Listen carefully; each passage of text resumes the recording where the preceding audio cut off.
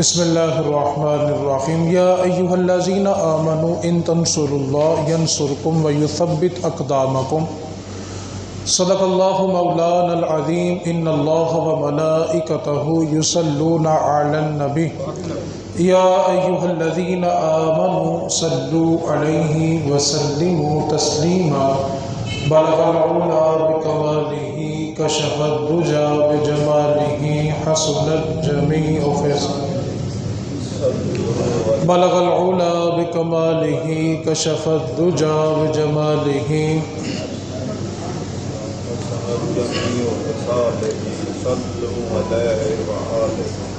اللہ رب العزت نے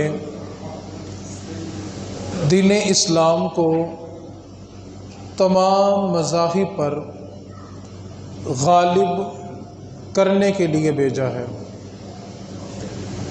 اور اللہ رب العزت نے نبی پاک صلی اللہ علیہ وسلم کی آمد کا مقصد جب قرآن مجید نے بیان کیا تو ساتھ یہ فرمایا کہ آپ کو بھیجا ہی اس لیے ہے تاکہ آپ سچے دین کو باقی سارے ادیان پر غالب کر دیں۔ دوسرے مقام پر اللہ رب العزت نے ارشاد فرمایا ان اللہ اشتری من المؤمنین انفسہم و اموالہم بان لہم الجنہ، کہ اللہ تعالیٰ نے مومنوں سے ان کی جانیں خرید لی ہیں، ان کے اموال بھی خرید لیے ہیں۔ اب ظاہر سی بات ہے کہ جب کوئی چیز خریدی جاتی ہے تو بدلے میں کچھ دیا بھی جاتا ہے۔ اب اللہ رب العزت نے جب ایمان والوں سے ان کی جانیں اور ان کے مال خرید لیے تو بدلے میں کیا دیا؟ اللہ تعالیٰ نے فرمایا بِأَنَّ لَهُمُ الْجَنَّةَ، رب نے بدلے میں ان کو جنت عطا فرما دی ہے۔ اب ہم سب اتنے ذی شعور ہیں، اللہ تعالیٰ نے ہمیں سمجھنے کی صلاحیت دی ہے کہ جو چیز انسان بیچ دیتا ہے وہ اس کا مالک نہیں رہتا۔ ہم اس بندے کو پنچایت میں بیٹھ کر بے وقوف کہیں گے کہ جو شخص یہ دعویٰ کرے کہ میں نے چیز تو بیچ دی ہے لیکن مالک میں ہی ہوں، ہم کہیں گے جب چیز بیچ دی جاتی ہے تو وہ اپنی ملکیت سے نکل جاتی ہے۔ اب اللہ تعالیٰ نے اس آیت میں واضح طور پہ فرمایا کہ میں نے ایمان والوں سے ان کی جانیں خرید لی ہیں، ان کے مال بھی خرید لی ہیں، وہ ان کے ہے ہی نہیں ہیں۔ ہم نے جنت کے بدلے میں یہ چیزیں رب کو بیچ دی ہوئی ہیں۔ اب جب جسم ہمارا نہیں، جان ہماری نہیں، تو یہ نعرہ لگانا سرے سے غلط ہے کہ جسم بھی میرا، مرضی بھی میری، میرا جسم میری مرضی، یہ نعرہ ہی غلط ہے۔ کیوں؟ کہ انسان تو اپنی جان بیچ چکا ہے۔ تو جب انسان نے اپنی جان بیچ ہی دی ہے اور بیچی بھی رب کو ہے اور بدلے میں جنت خرید چکا ہے، تو اس کے بعد یہ نعرہ لگانا کہ میرا جسم میری مرضی، یہ بنیادی طور پہ غلط ہے۔ اسلاموفوبیا ایک ایسی سازش ہے جو اس وقت سے چلتی آ رہی ہے جب نبی پاک صلی اللہ علیہ وسلم نے اعلان نبوت فرمایا۔ اس دور میں اسلام سے روکنے کے طریقہ کار مختلف تھے، آج کے دور میں طریقہ کار مختلف ہیں۔ سب سے پہلے اس سازش کو سمجھیں کہ آخر کس طرح ہماری نسلوں کو دین اسلام کے خلاف کھڑا کیا جا رہا ہے۔ آپ تصور کریں، آج سے 20 سال پہلے اسلام کے خلاف اتنے سوالات ہمارے گھروں میں نہیں ہوتے تھے جتنے سوالات آج نسلیں ہم سے پوچھ رہی ہیں کہ یہ کام دین میں ہے تو کیوں ہے، کیسے ہے، اس کا مقصد کیا ہے۔ یعنی ان کی ذہن سازی اس طریقے سے کی جا رہی ہے کہ آنے والی نسلیں دین اسلام کے خلاف کھڑی ہو جائیں۔ اصل میں یہ طریقہ کار مکے کے کافروں کا تھا۔ جب کوئی دیہاتی نبی پاک صلی اللہ علیہ وسلم سے ملاقات کے لیے آتا تھا، اس کا شوق ہوتا تھا کہ میں دین اسلام کے بارے میں سمجھوں، اگر سمجھ آئے تو میں کلمہ پڑھ لوں۔ تو جو مکے کے کافر تھے وہ دین اسلام کے خلاف سازشیں مختلف انداز میں کرتے تھے۔ کبھی نعوذ باللہ انہوں نے نبی پاک کو جادوگر کہا، کبھی انہوں نے نعوذ باللہ نبی پاک صلی اللہ علیہ وسلم کو مجنوں کہا، یعنی مختلف طریقوں سے انہوں نے اسلام کے خلاف سازشیں کی کہ کسی طرح دین اسلام پھیلے نہ۔ اللہ نے قرآن مجید میں اس کا ذکر کیا، یریدون لیطفئوا نور اللہ بافواہہم، وہ لوگ چاہتے ہیں کہ وہ اللہ کے نور کو اپنی پھونکوں سے بجھا دیں۔ جب کوئی شمع جلتی ہے تو لوگ پھونک مار کے اس کو بجھانے کی کوشش کرتے ہیں، تو اللہ تعالیٰ نے مکے کے کافروں کی ان عادات کا نقشہ کھینچتے ہوئے بیان کیا کہ یہ لوگ چاہتے ہیں کہ ہم اللہ کے نور کو پھونکے مار مار کے بجھا دیں، لیکن اللہ واللہ متم نورہ، اللہ اپنے نور کو ضرور پورا کرے گا۔ اللہ نے اپنا نور ضرور پورا کرنا ہے۔ اور میرے نبی پاک صلی اللہ علیہ وسلم کا فرمان ہے، قیامت سے پہلے ایک دور ایسا آئے گا پوری زمین پر اسلام کے سوا دوسرا مذہب ہی کوئی نہیں ہوگا، صرف اور صرف مسلمان ہوں گے۔ اور اس دور کا نقشہ بیان کرتے ہوئے رسول کریم صلی اللہ علیہ وسلم نے فرمایا، اگر کوئی یہودی کسی پتھر کے پیچھے، کسی درخت کے پیچھے چھپ کے بیٹھا ہوگا تو وہ درخت اور پتھر بول کر مسلمان کو بتائے گا کہ میرے پیچھے آخری یہودی بچا ہوا، اس کو بھی قتل کر دو اور زمین پر صرف دین اسلام باقی رہے گا۔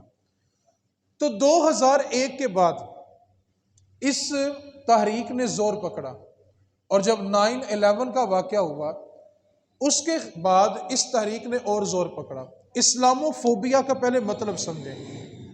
اسلام کا مطلب ہوتا ہے کسی کو سلامتی دینا، امن دینا، اور فوبیا کا مطلب ہوتا ہے کسی چیز سے ڈر محسوس کرنا۔ اس دور میں انگریزوں نے جو ہمارے ساتھ واردات کی وہ یہ ہے کہ مسلمانوں کو وہ یہ بتانا چاہ رہے ہیں کہ اسلام جو ہے وہ ڈر کا مذہب ہے، اسلام میں آنے والی نسل کو ڈرایا جاتا ہے۔ جیسے مثال کے طور پہ اگر عورت پردہ نہیں کرے گی تو جہنم میں جائے گی، اگر مرد نگاہیں نیچے نہیں کرے گا تو سزا پائے گا۔ اور اس کے بعد انہوں نے جتنے بھی معاملات اسلام کے خلاف تھے ان کو کسی ذاتی فرد کے ساتھ نہیں جوڑا۔ جیسے مثال کے طور پہ 2 سال پہلے نیوزی لینڈ کے اندر ایک بندہ جمعے کے وقت مسجد میں گھسا، اس نے 50 نمازیوں کو شہید کیا، لیکن گورنمنٹ نے کہا کہ یہ اس بندے کا ذاتی فعل ہے۔ ناروے کے اندر قرآن پاک کی بے حرمتی کی گئی تو کہا گیا یہ اس کا ذاتی فعل ہے۔ باتھ روموں کے اندر قرآن پاک کو گرایا گیا تو یہ کہا گیا کہ یہ ان کا ذاتی فعل ہے۔ امریکہ کے فوجیوں نے قرآن پاک کو گولیاں ماری تو یہ کہا گیا کہ ان کا ذاتی فعل ہے۔ یعنی مسلمانوں کے علاوہ کوئی بھی شخص غلط کام کرے تو یہ کہتے ہیں کہ یہ اس کا ذاتی فعل ہے، لیکن اگر مسلمان کوئی غلط کام کر دے تو یہ پھر نعرہ لگاتے ہیں کہ اسلام ایسا ہے۔ یعنی اس ذاتی فعل کو ہمارے مذہب کے ساتھ جوڑا جاتا ہے، اور اس چیز کا نام ہے اسلامو فوبیا۔ 8 مارچ جو بھی دن ہمارے پاس گزرا، یہ خواتین کے لیے عالمی دن منایا جا رہا ہے۔ ایک بات کو یاد رکھیں، دین ہمیں ایک دن مدر ڈے یا ایک دن فادر ڈے نہیں دیتا۔ دین تو کہتا ہے کہ تم روزانہ اٹھ کے محبت سے ماں باپ کو دیکھو، اللہ تمہیں مقبول حج کا ثواب عطا فرمائے گا۔ یہ سال بعد باپ کا دن منا رہے ہیں، اور نبی پاک نے جب یہ حدیث بیان کی تو صحابی کھڑے ہو گئے، عرض کی آقا اگر کوئی 2 بار دیکھے، کہا 2 حج کا ثواب ملے گا۔ ایک صحابی اور کھڑے ہوئے، صحابہ نے جو سوال کیے ہیں ہم لوگوں کے لیے آسانیاں کی ہیں۔ کہا آقا اگر کوئی 100 مرتبہ اپنے ماں باپ کو دن میں دیکھے، تو نبی پاک مسکرا پڑے، فرمایا رب کی رحمت تھوڑی تو نہیں ہے نا، وہ 100 بار دیکھے رب اس کو 100 حجوں کا ثواب عطا فرمائے گا۔ ہمیں ایک دن مدر ڈے منانے کا کہا جا رہا ہے، ایک دن فادر ڈے، اور میں کہتا ہوں جتنا mother day father day Facebook پہ منایا جاتا ہے نا، اس سے آدھا بھی حقیقی زندگی میں گھر میں منایا جائے نا تو کوئی ماں باپ رات کو اولاد کی وجہ سے آنسو نہ بہائے۔ ہم نے مدر ڈے فادر ڈے کو فیس بک تک، سوشل میڈیا تک محدود کر دیا، حالانکہ یہ عملی زندگی کا کام ہے۔ تو اسلامو فوبیا کے لیے جو جملے آج استعمال ہو رہے ہیں، یہ جو 8 مارچ 2018 سے ہر سال 5 سال ہو گئے یہ دن منایا جا رہا ہے، اور عورتوں سے یہ نعرے لگوائے جا رہے ہیں کہ تمہیں اسلام تمہارا حق نہیں دیتا، اسلام دقیانوس ہے۔ اسلام تنگ نظر ہے، عورتوں سے یہ نعرے لگوائے جا رہے ہیں، حالانکہ جتنی عزت اسلام نے عورت کو دی ہے نا اتنی کسی مذہب میں نہیں ہے۔ پرانے وقتوں میں عورت کی تذلیل کیا تھی کہ وہ زندہ قبروں میں چلی جاتی تھی، اور آج عورت کی تذلیل کیا ہے؟ وہ یورپ کے اندر ہوس کی نظر ہو جاتی ہے۔ اسلام نے آ کے عورت کو بتایا کہ اس کا مقام کیا ہے۔ نبی پاک صلی اللہ علیہ وسلم کی آمد سے پہلے عرب کے اندر ایک میلہ لگتا تھا، اس کو اکاس کا میلہ کہتے تھے۔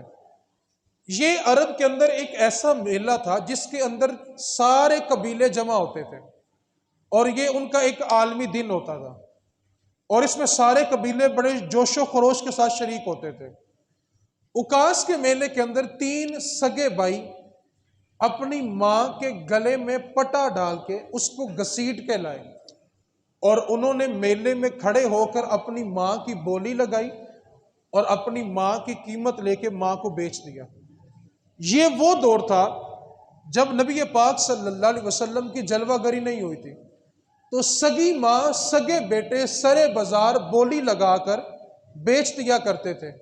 پھر میرے نبی پاک صلی اللہ علیہ وسلم نے آ کر بتلایا کہ ماں کیا ہوتی ہے۔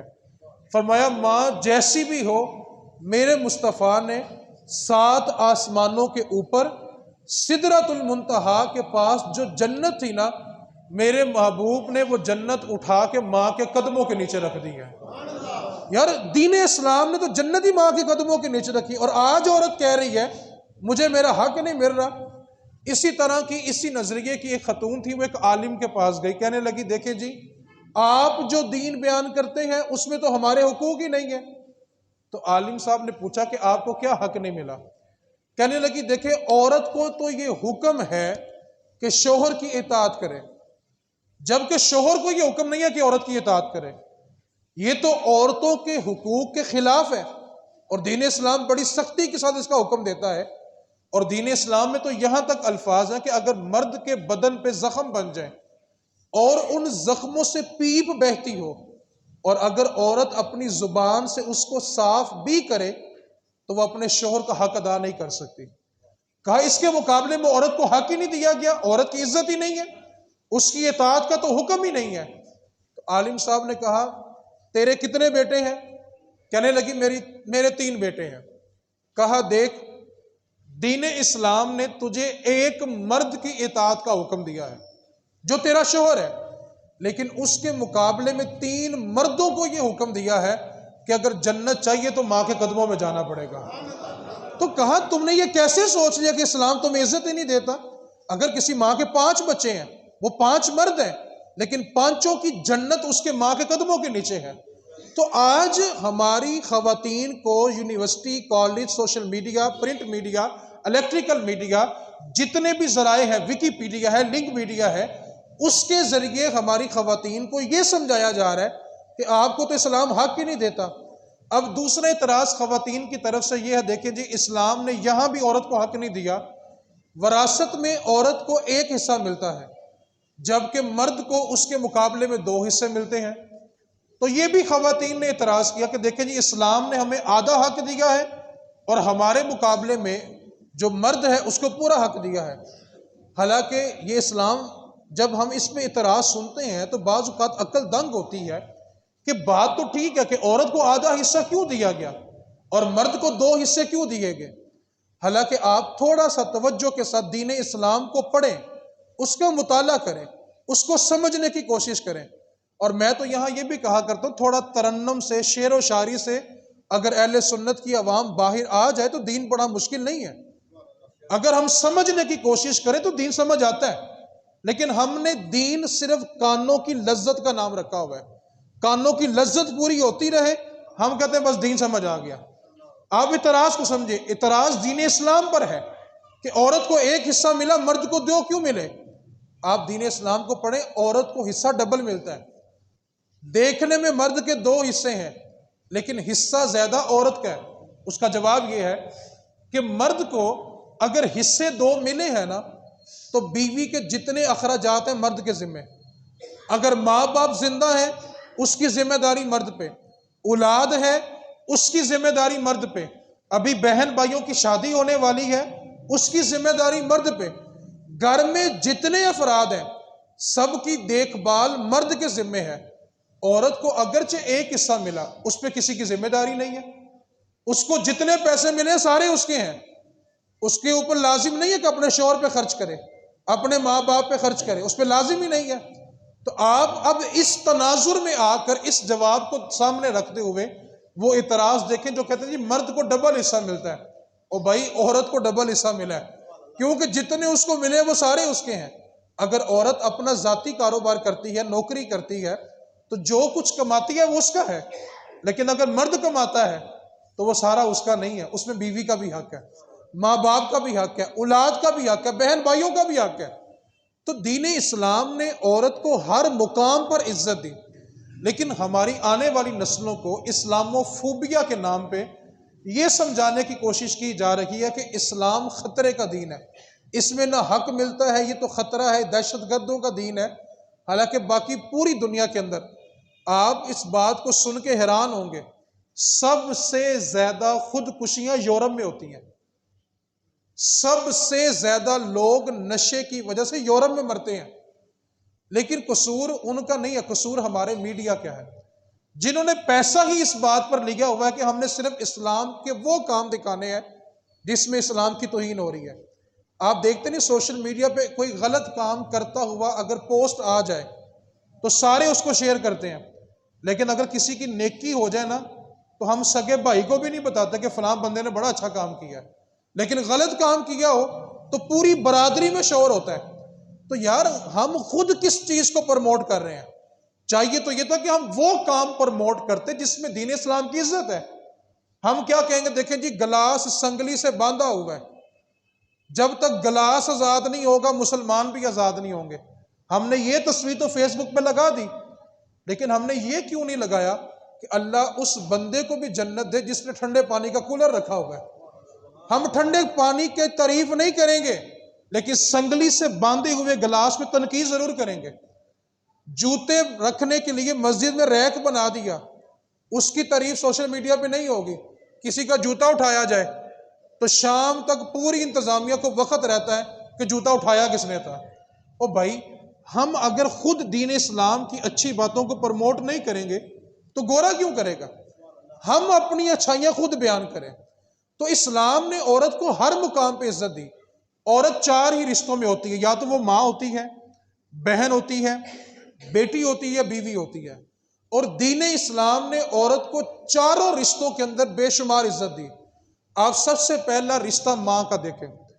اگر عورت ماں کے روم میں ہے تو رسول کریم صلی اللہ علیہ وسلم ایک دن اپنے حجرہ نور سے باہر تشریف لائے، صحابہ سے مسجد نبوی بری ہوئی ہے، تکبیر ہوئی اور رسول کریم صلی اللہ علیہ وسلم کی ہچکی بند گئی. آنسوؤں سے حضور کی داڑھی مبارک تر ہو گئی، چشمان سے اتنے آنسو بہے کہ حضور کی داڑھی مبارک تر ہو گئی. جناب صدیق آگے بڑے، عرض کی آقا آپ کو کس چیز نے رلا دیا؟ تو رسول کریم صلی اللہ علیہ وسلم نے فرمایا صحابہ، اے ابو بکر کاش آج محمد کی ماں زندہ ہوتی اور میں سورۃ الفاتحہ عشاء کی نماز میں پڑھ چکا ہوتا، اور پس پردہ اگر ماں پکارتی بیٹا محمد بات سنو تو میں محمد نماز کو چھوڑ کے ماں کی بات سننے کے لیے چلا جاتا.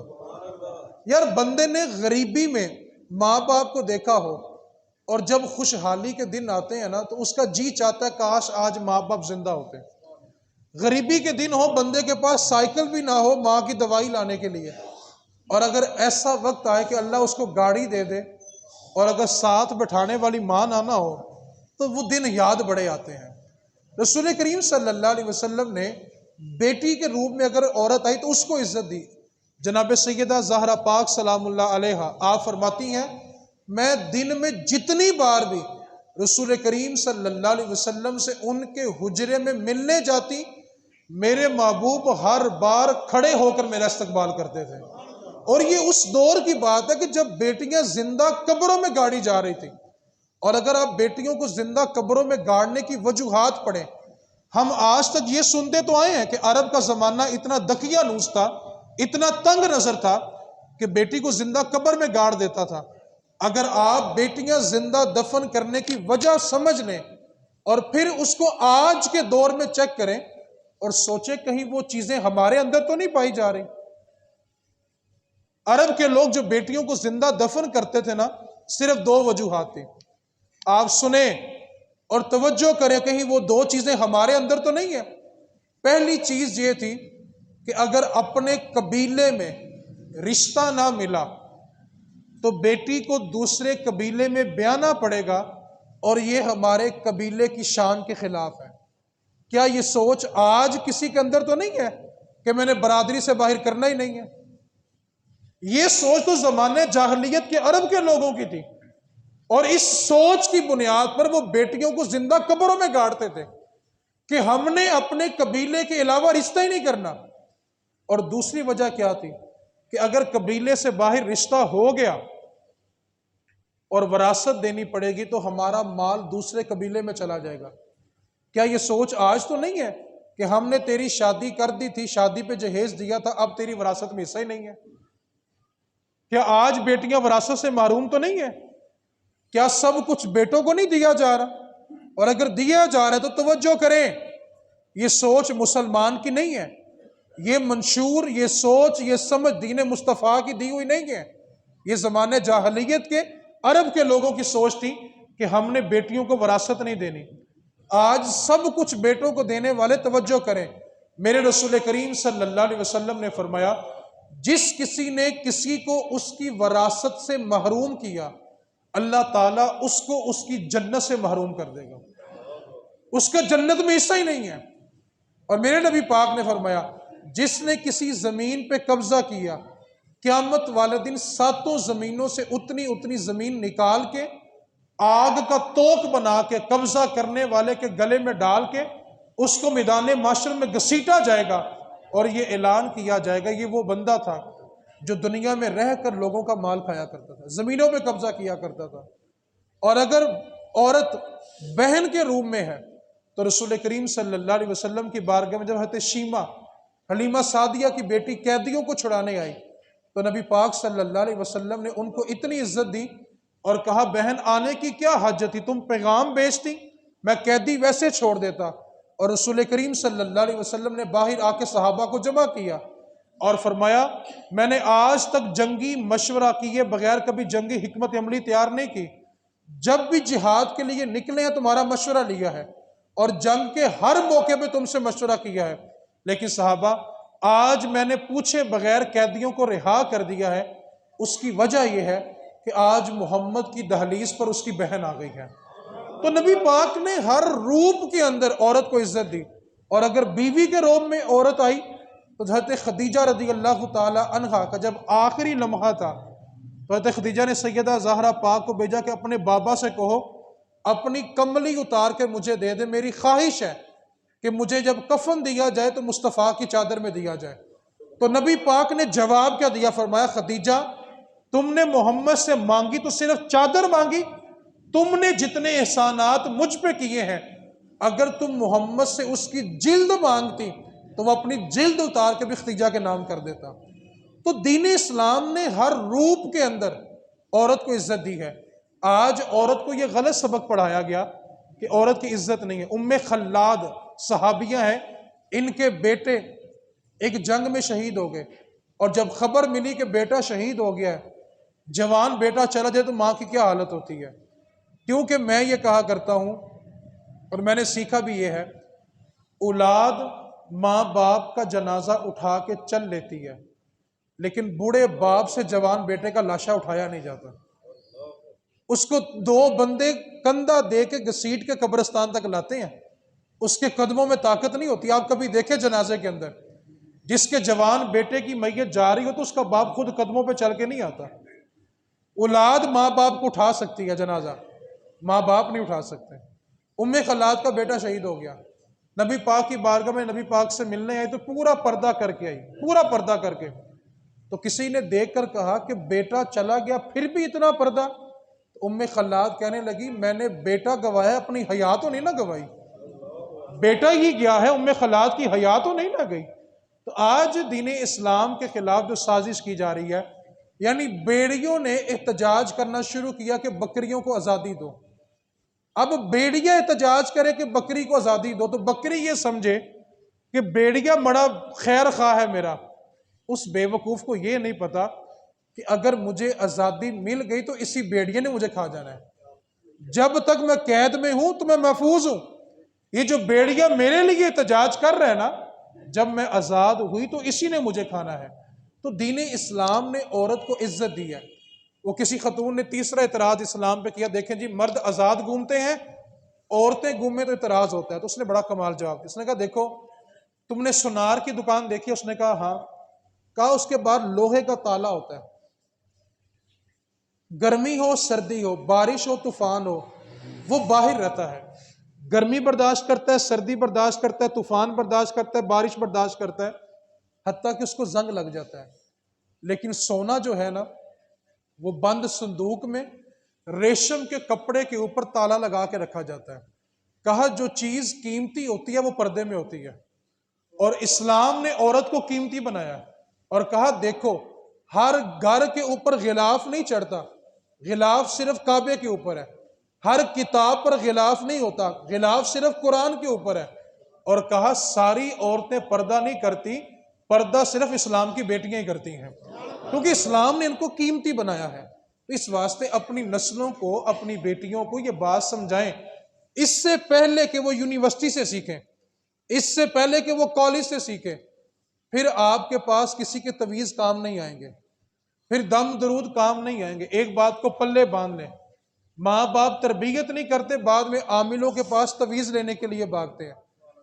100 تویزوں سے بہتر ہے کہ اولاد کی تربیت کر لو۔ اور ایک بات کو یاد رکھیں، فصل اگی ہو، طوفان آ جائے، خراب ہو جائے، تو فصل خراب ہو جائے تو 1 سال بعد دوبارہ نہیں آ جاتی ہے، فصل خراب ہو تو سال بعد ٹھیک ہو جاتی ہے، نسل خراب ہو جائے تو 100 سال بعد بھی ٹھیک نہیں ہوتی۔ اس واسطے جس اولاد کے لیے کما رہے ہیں نا، اس کی تربیت بھی کر لیں، ورنہ ایک بات میں پھر علل اعلان کہتا ہوں، یونیورسٹی پڑھنے والے بچے اور بچیوں نے نکاح نامے اپنے بیگوں میں رکھے ہوئے ہیں، جب ماں باپ سختی کرتے ہیں تو ماں باپ کے آگے نکاح نامہ رکھا جاتا ہے، ہم نے تو شادی کر لی ہوئی ہے۔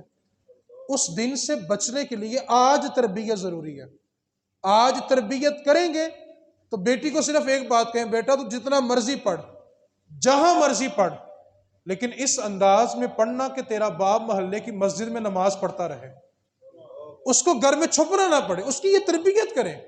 آج تربیت کا موقع ہے، ایسا نہ ہو کہ باپ بیچارہ محلے کی مسجد تک نہ آ سکے، اس لیے تربیت ضروری ہے۔ اللہ کریم کی بارگاہ میں دعا کریں اللہ تعالیٰ ہمیں تعلیمات اسلام سمجھ کر عمل کی توفیق عطا فرمائے۔ وما علینا الا البلاغ المبین۔